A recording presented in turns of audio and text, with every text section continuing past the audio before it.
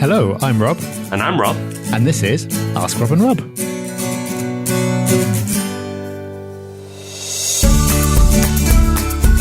Hello, welcome back, you property enthusiasts. It's great to have you. It's great to be back with two more questions from two lovely listeners. That's what happens. People send in their questions and we answer them every single Tuesday. And we make it very simple for you to do it.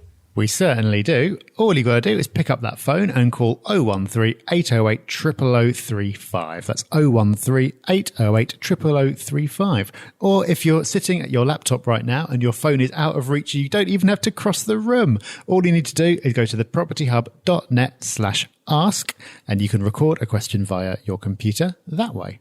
So let's get into our first question of the week. This one's from Ryan. Hi, Rob and Rob. It's Ryan here. Avid listener of the podcast, really enjoy your output. My question is regards to surveyors. I've this morning had 3 surveys done on properties that I own with varying success. The first went pretty well. The second one, the surveyor turned up, didn't call, stayed for 5 minutes. I wasn't present, the tenant wasn't present, and just left and wouldn't come back. The third was done an hour before we booked it in. We booked it in between 12 and 2, and they left prior to, and they went in, did it because the tenants allowed them. My issue with it was that I had some important information that I would have liked to give to them. For instance, I did a damp course, and we had the electrical installation checked.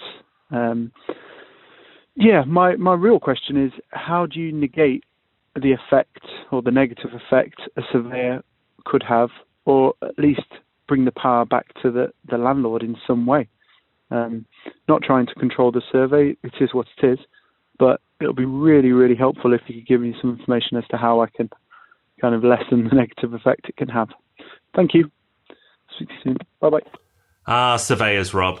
Surveyors. We love them, don't we? Yeah, always a bone of contention. We were listening to this question just before we were recording and thinking, well, there's kind of not an answer we can give, but there's certainly sympathy because this is something that I think everyone comes up against at some point.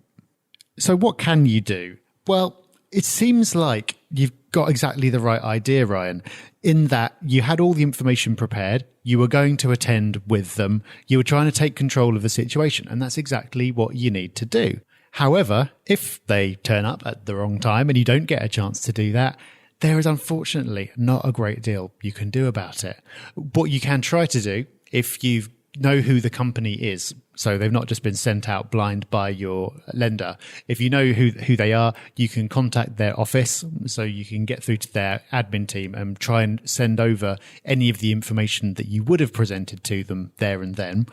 Will that get passed across? Will they take it into account? Who knows? But you can but try. Other than that, though, what can you do? Camp out there all day in case they turn up early or late, I suppose. It is challenging. And this is, like I said, something that everyone comes up against. I've had a really bizarre one a couple of months back where a bridging transaction that I was lending on, the whole deal fell apart because the surveyor couldn't find the keys.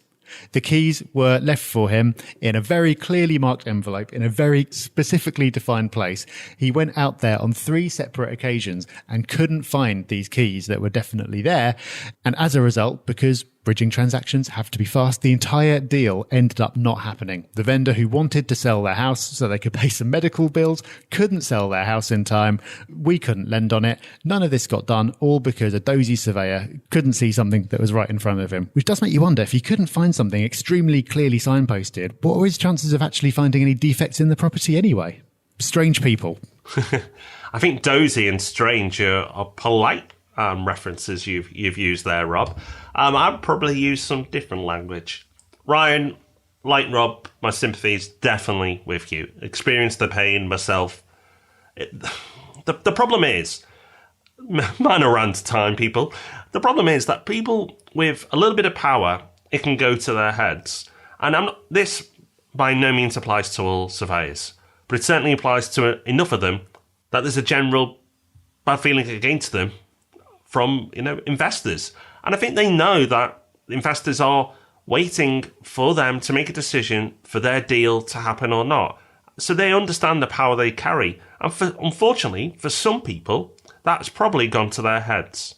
You know, if you get a bad surveyor, it makes a big impact on your circumstances. You know, if somebody was trying to pay their medical bills off there and they couldn't because of a surveyor, and that may have been because they were really dozy, or maybe they were just being difficult.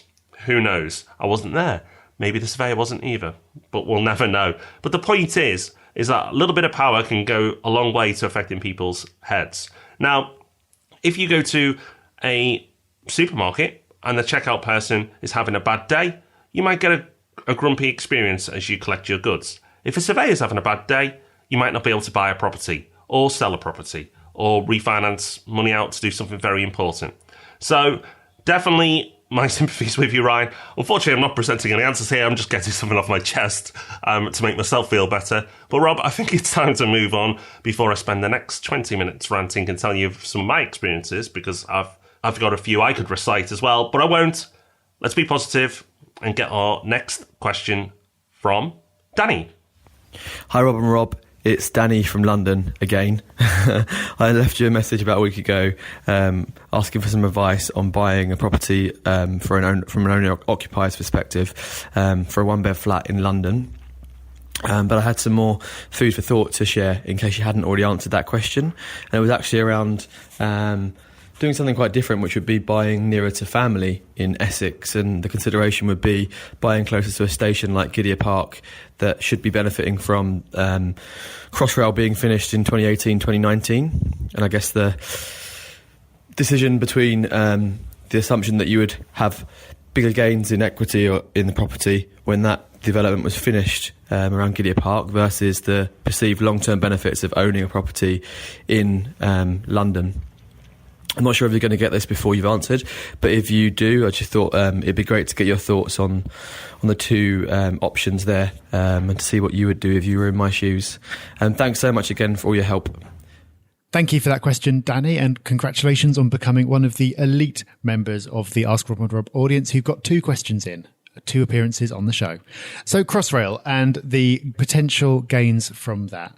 As a general rule, when it comes to any big projects like this, and I think we've talked about this before on the podcast, there are 2 kind of spurts of capital growth that you'll get from this. So when a project is announced in the first place, you'll get a sudden spike in prices with people wanting to move in and capitalize. Then there'll be a period where not a lot will happen because these big infrastructure projects take years and years and years to complete.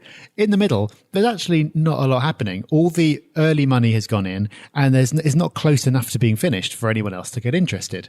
Then when you get close to the end and it's only a couple of years away, you'll see prices spiking again as people realize, oh, if I move there now, that my commute will be way quicker, the area is going to go up and so on.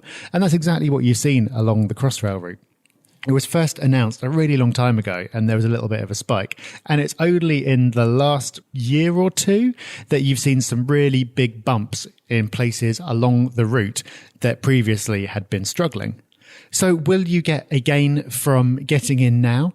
Possibly. I would say that we're now at the point where most of the gains have probably been had, the direct ones in any case, if the arrival of Crossrail boosts the area in the long term in other ways. So it attracts in more businesses, it attracts employers, it attracts more facilities, and there's more investment in the area in general. Then yeah, there could be a long-term effect that continues sort of over the next decade or so. But I don't think there'd be a quick win to be had there at this point. But of course, we talk about Crossrail as if it's one thing and every point along the route is going to be affected in the same way, but that's not actually the case. No, this particular station, after looking at the journey times, Gidea Park, for example, the journey time saving into Liverpool Street, and for those who don't know London well, that's the city, so that's where a lot of people work, will drop down, the journey times will drop down by 2 minutes.